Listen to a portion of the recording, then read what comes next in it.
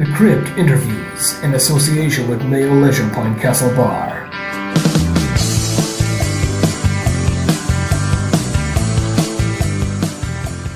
You're listening to The Crypt, and this week's special guest is Ireland's only horror-themed musician, the voice of horror and queen of the pumpkin patch, Venus De Vilo. So you're very welcome to the show, Venus. Hello, my dear. Well, firstly, what inspired you to start performing as Venus? Well, it was kind of one of those things where I was born, and then that was pretty much it. I was always one of those very weird kids whose poor, unfortunate mummy had to come in and talk to the teachers a lot about what I was drawing and what I was writing for stories in English class and all that. So it just kind of, it was always there.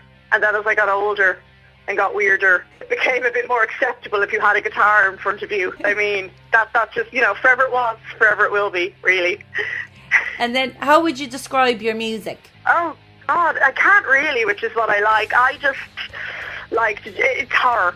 It's horror. You see, as a female kind of solo acoustic musician, you're meant to either go for the whole Adele, I'm going to drown myself crying, I'm so sad over you, or you kind of have to go the Beyonce, I don't need no man. Yeah. Love and life isn't as black and white as either being very sad in love with someone or being all the single ladies.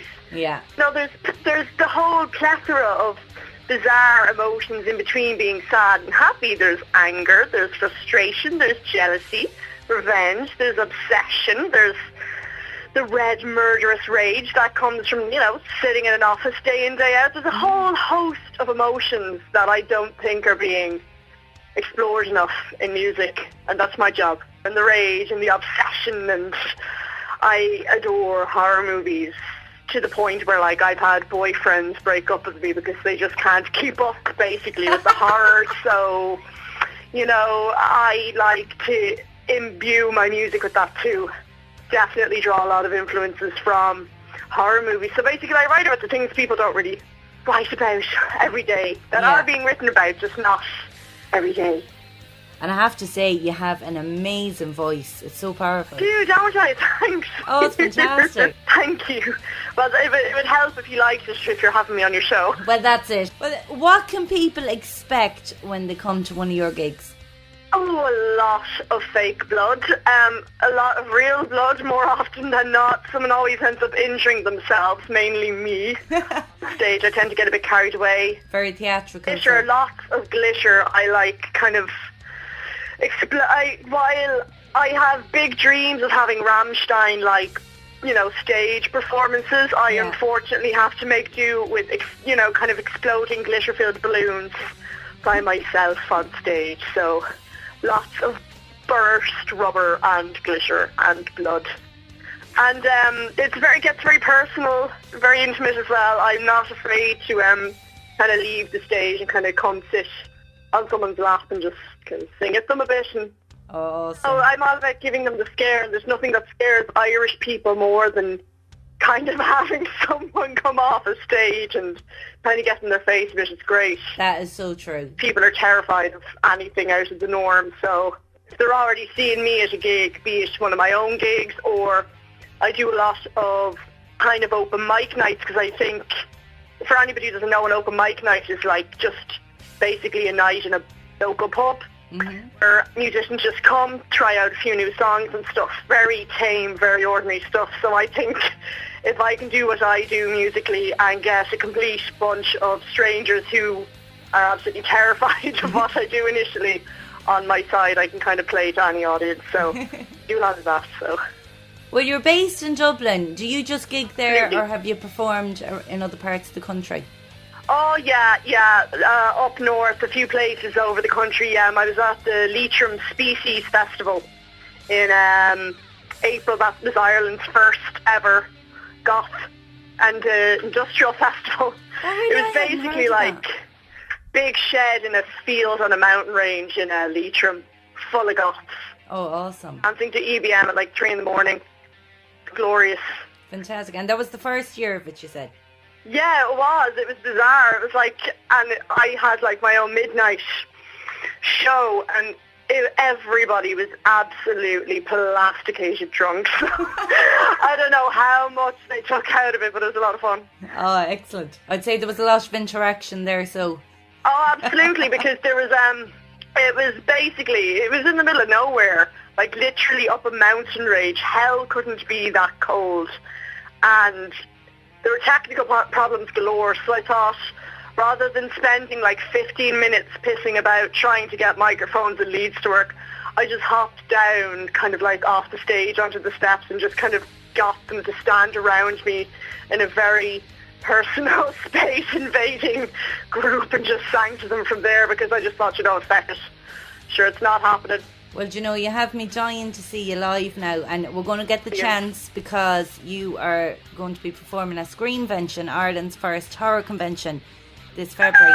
Scream! Yes, very excited about that. And they told me I could consider myself officially booked, so I'm delighted about that. One of the guests on it, Jessica Cameron, I met last year. She's an American indie film horror maker, and she's an absolute ball breaker of a woman. She's fantastic, so I'll be very excited to be able to say that, same billing as Jessica Cameron. Oh, that's fantastic.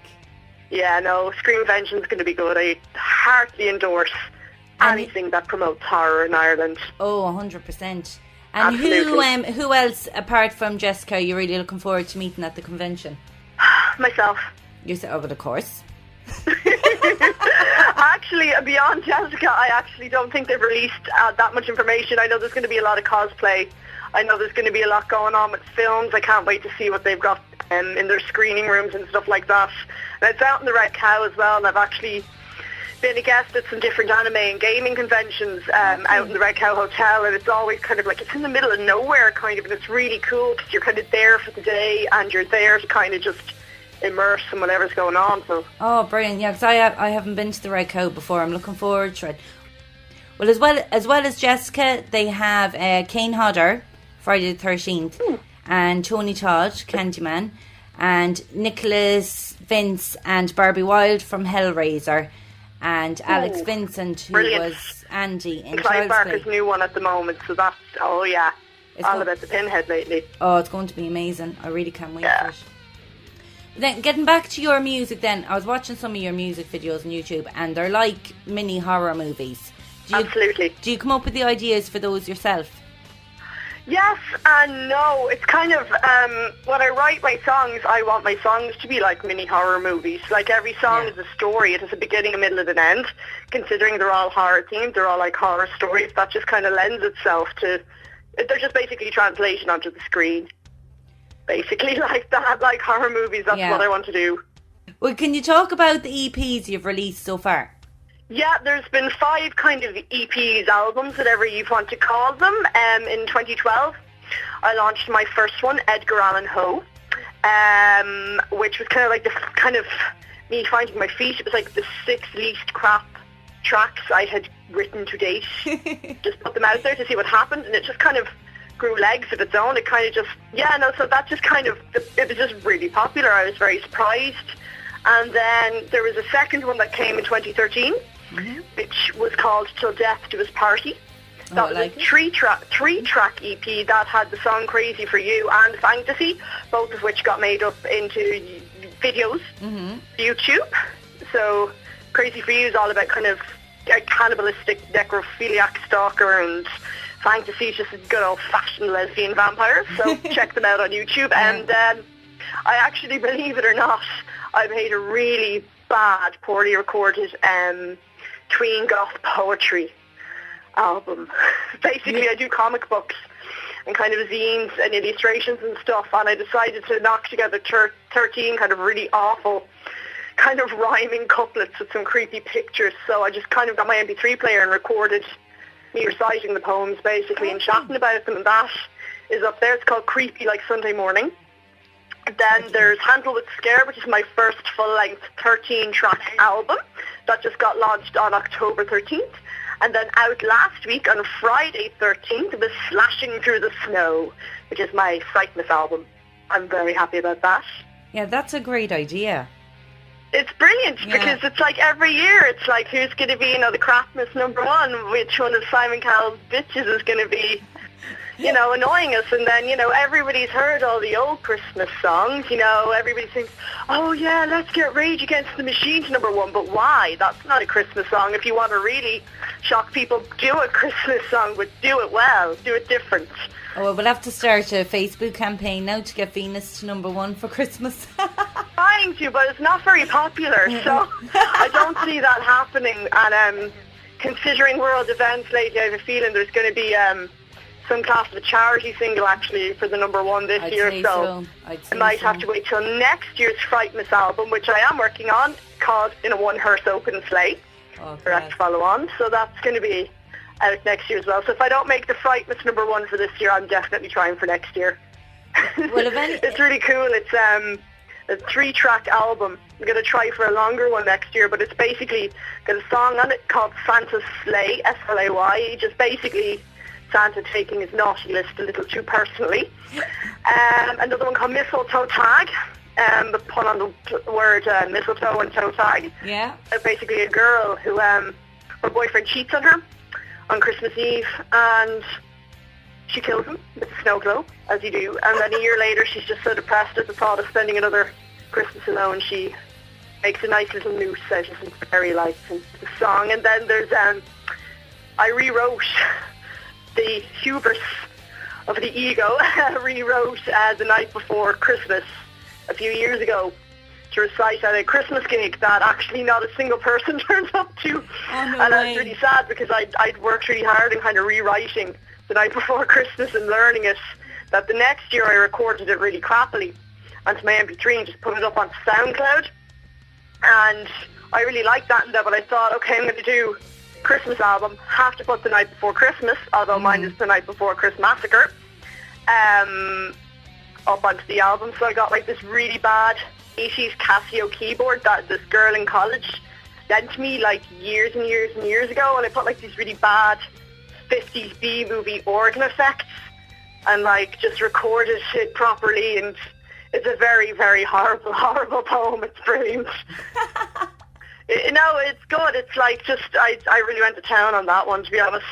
The chap I work with for all the albums, Darren Tormey, I feel very sorry for him. He has to hear a lot of strange things in the recording studio. Well, if anybody wants to get their hands on any of your EPs or that, you mentioned SoundCloud there, is that where you have them all up? Yeah, that's mainly for listening to. There is an option to buy. Bandcamp, SoundCloud, Reverb Nation. Get in touch with me through Facebook. There's links up on Twitter. I'm on DeviantArt as well. I share a combination of links to my comic books and to my albums up there as well. So, everywhere. Just absolutely everywhere. Fantastic. Well, Venus, if you want to see any of the videos, they can go on YouTube. Just Venus De Vilo. Excellent. Well, I'll share all those on the Crypt Facebook page for anybody who wants to follow you. And I have to say thank you so much for coming on the show. It's been fantastic fun, and I'm really looking forward to meeting you and seeing you perform at Screenvention. You too, my dear. You too. The Crypt interviews in association with Mayo Leisure Point Castle Bar.